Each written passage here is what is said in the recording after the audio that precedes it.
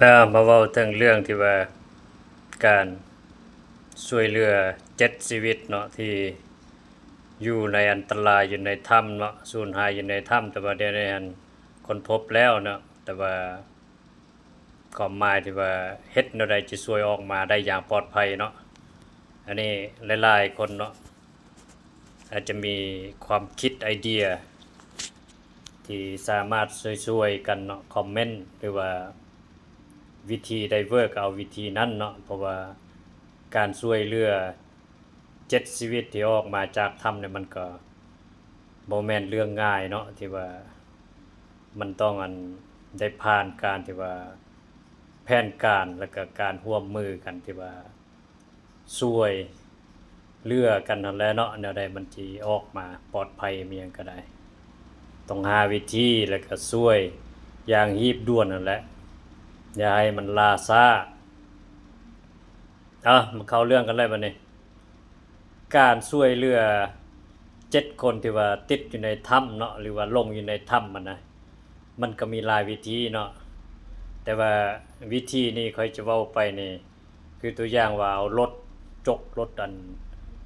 ที่ว่ารถนีบมาหยังก็แล้วแต่เนาะประมาณล้านคันถ้าว่ามีนะหรือว่าอย่างบ่มีก็ประมาณ100,000คันก็อาจจะเหลือเฟือแล้วเนาะอิงตามมันความเหมาะสมมันเพราะว่าน้ำมันอังอยู่ในถ้ำมันหลายเดือนแล้วเด้คันฝนบ่ตกลงมาต่อเนื่องตึมก็แห้งดีเนาะแต่ว่าคันฝนนั้นตกลงมาก็คือว่าและต้องได้หาหลายๆวิธีเนาะอันนี้นะจุดสำคัญที่สุดมันการเปลี่ยนทิศทางน้ำที่ว่าไหลเข้าสู่หูถ้ำหรือว่าปากถ้ำนะเขาเอารถจกรถหยังนั้นขุดหรือว่าดูดหยังแล้วเปลี่ยนทิศทางน้ำหั่นอันนี้วิธีที่ว่าจะแก้ไขเนาะเพื่อว่าจะเฮ็ดให้ถ้ำมันแห้งนะแล้วบ่ให้น้ำมันนี่ไหลเข้าไปในถ้ำมันซ้ำเติมอีกไปเพิ่มปริมาณน้ำอีกนะแล้วก็เปลี่ยนทิศทางเนาะโดยที่ว่าเอาจกเอาขุดแล้วเปลี่ยนทิศทางน้ำมันไปทางอื่นบ่ให้ไปเข้าหูถ้ำหั่นแล้วก็เอาใดหลายๆหน่วยจักกันดูดน้ำที่ว่าขนาดใหญ่หรือว่าผู้ใดมีน้ำใจศรัทธายังอยากช่วยเหลือหยังก็สามารถช่วยได้เนาะตอนเวลาฉุกเฉินเวลาคนในประเทศลาวเฮานี่มีอุบัติเหตุเกี่ยวกับการประสบภัยเกี่ยวกับลงอยู่ในถ้ำหรือว่าสูญหายอยู่ในถ้ำนี่เนาะเวลานี่แหละมันจะช่วยกันร่วมสุขร่วมทุกข์นำกันเนาะคิดเห็นเพื่อนในประเทศเดียวกันนะต้องให้ความสำคัญอันดับหนึ่งนะเอา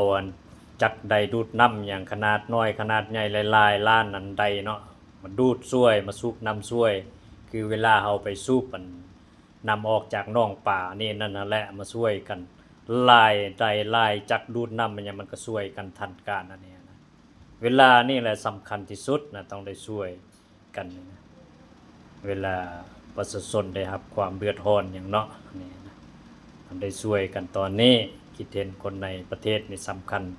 อันดับหนึ่งคือกันนั่นแหละความหมายนะหลังจากเปลี่ยนทิศทางน้ำได้แล้วมันนี้น้ำมันอยู่ในถ้ำมันเนาะมันคอยจะแห้งลงมันนี้หลังจากนั้นแล้วก็จึงเคลื่อนย้ายคนที่ว่าลงติดอยู่ในถ้ำนะว่ามาลายมือแล้วมันนี้อาหารการกินอย่างก็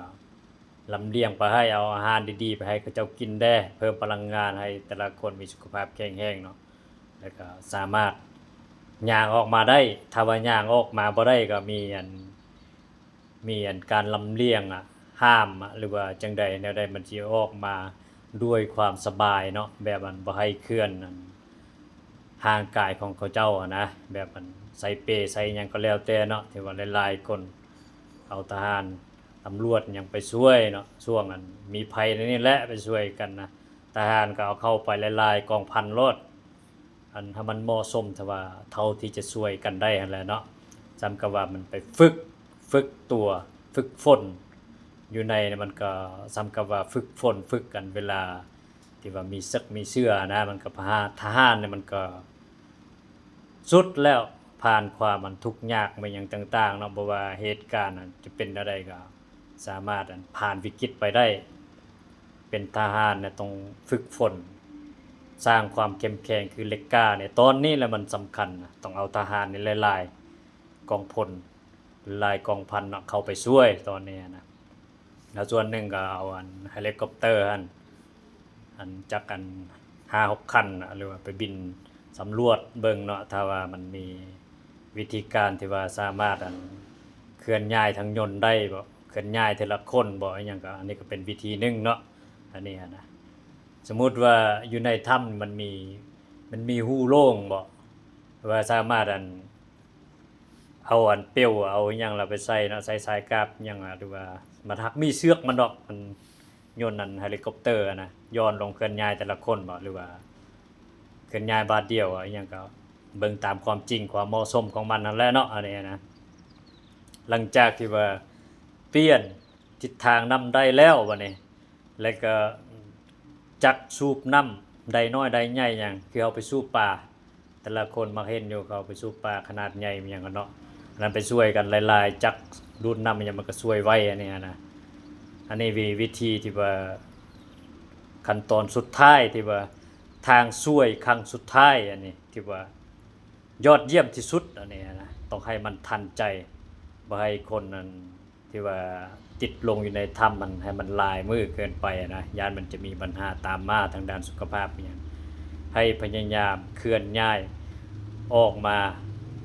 ทางคนที่ว่า7ชีวิตเนาะที่ว่าไปติดค้างหิวเข้าลายมือนะออกมาด้วนๆออกมาแล้วก็มารักษาทางด้านการแพทย์อันนี้นั่นนะอย่างนั้นนะแนวได้เฮ็ดแนวได้ก็ดีเนาะให้มันเคลื่อนย้ายออกมาจากถ้ำมันทันทีให้มีความปลอดภัยสูงสุดนะทางผู้ช่วยแล้วก็ผู้ที่ว่าถูกช่วยเนาะอันนี้นะคือตัวอย่างว่าเฮาเปลี่ยนทิศทางนำได้นี่น้ำมันก็จะไหลเข้าถ้ำมันก็ไหลเข้าบ่หลายแล้วบัดนี้ตอนนั้นน้ำมันจะแห้งเนาะเพราะว่าอยู่ในถ้ำนี่มันมีแต่พลานหินอย่างเด้เวลาที่ว่าน้ำไหลเข้าไปแล้วมันจะไปอั้งเนาะเพราะว่าดินมันยังมันก็บ่มีลายนะมันซึมซ่าเพราะว่าน้ำมันไปค้างไหลเข้าหูถ้ำมันน่ะหูถ้ำอะไรคือเส้นทางที่ว่าจะออกมาอย่างปลอดภัยถ้าว่าเฮาเปลี่ยนทิศทางนำได้แล้วบัดนี้คนมันก็เคลื่อนย้ายออกมาสบายเนาะนะคือเวลาเข้าไปเนี่ยมันเป็นหูนะมันเป็นเส้นทางแต่ว่าตอนนั้นน้ำป่ามันหลายเนาะตกมันฝนตกต่อเนื่องหลายอาทิตย์แล้วบัดนี้น้ำมันหลายมันไหลบ่ทันนะมันไปอ้างไปคลั่งอยู่ในถ้ำหันหมดนั่นนี่น้ำมันหลายมือเลยเนาะมันไหลเข้าไปนะแล้วบัดนี้มันละไปปิดหูถ้ำมันแล้วบัดนี้คนเราออกมาบ่ได้นะเข้ามานะแล้วบัดนี้หลังจากที่ว่าเอาไปแก้ไขตัวนั้นแล้วบัดนี้เราจะออกมาเคลื่อนย้ายผู้ที่ว่าประสบภัย7ชีวิตคนนั้นติดอยู่ในถ้ำออกมาด้วยความปลอดภัยเนาะอันนี้นะวิธีที่เวิร์กที่สุดแล้วแล้วทหารเนี่ยหลายๆคนโลดไปช่วยนะผู้ใดที่ว่าจะมีจิตอาสาอยากไปช่วยคนในประเทศลาวตัวเองอะไรอย่างก็แล้วแต่เนาะให้ไปช่วยกันตอนนี้ไปช่วยไวเท่าที่จะไวได้แล้วเนาะช่วงเวลานี้นะคือว่าแล้วคันเฮาเปลี่ยนทิศทางนำได้นี่โอกาสสูงในประมาณ 90% นี่แหละหรือว่าบางเทื่อก็อาจจะเกิน 100% เนาะที่ว่าคือค่อยว่านี่ก่อนที่ว่าจะแก้ไขแท้ๆต้องเปลี่ยนทิศทางนำเอารถจกมันไปจกก็เปลี่ยนทิศทางนำไปทางอื่นไปทางเปลี่ยนทิศทางนำมันสิเข้าไหลเข้าในถ้ำนะออกไปทางอื่นเนี่ยแบบนี้มันจะสามารถเคลื่อนย้ายคนที่ว่าประสบอันตรายไปลงติดอยู่ในถ้ำมันจะออกมาได้อย่างปลอดภัยอันนี้คือวิธีที่เวิร์กที่สุดแล้วอันนี้นะก็หาวิธีหลายๆวิธีเนาะอันนี้นะแล้วก็ทหารเนี่ยก็เข้าไปช่วยเอาไปหลายๆคนโลดทหารนะช่วงเวลานี้แหละเป็นการฝึกฝนคือกับตอนอยู่ในสงครามเนาะอันนี้นะอันนี้มันสำคัญที่สุดเลยการช่วยเพื่อนมนุษย์ร่วมประเทศเดียวกันเนี่ยเห็นความสำคัญนะบ่ต้องถือเบาเฮ็ดอย่างมีแผนการมันมีละเอียดรอบคอบแนวใดจะปลอดภัยทุกคนแล้วก็พากันเฮ็ดเนาะช่วงเวลาด่วนนั่นเนี่ยนะคือค่อยว่าแหละคันเฮาเปลี่ยนทิศทางนำได้นี่จะช่วยได้ไวที่สุดอันนี้นะสำคัญที่สุดอันนี้นะแนวใดก็ขอให้ปลอดภัยทุกคนเด้อขอฝากกดไลค์กดแชร์ด้วยทุกท่านได้มีไอเดียความคิดแนวใดเสิร์ชคอมเมนต์ได้เด้อเพื่อการที่ว่าอันนี้ก็เป็นการ ช่วยทางหนึ่งที่ว่าคนเฮามันต้องมีไอเดียเนาะที่ว่า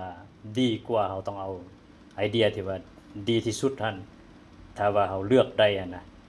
เพราะว่าความคิดเนี่ยมันจะเป็นการกระทำเลยอันนี้เฮาต้องคิดไอเดียให้มันรอบคอบแล้วก็การลงมือเฮ็ดมันก็ต้องรอบคอบเนาะอันนี้แบบมันช่วยเหลือกันมันมีหลายวิธีการช่วยเหลือกันนะ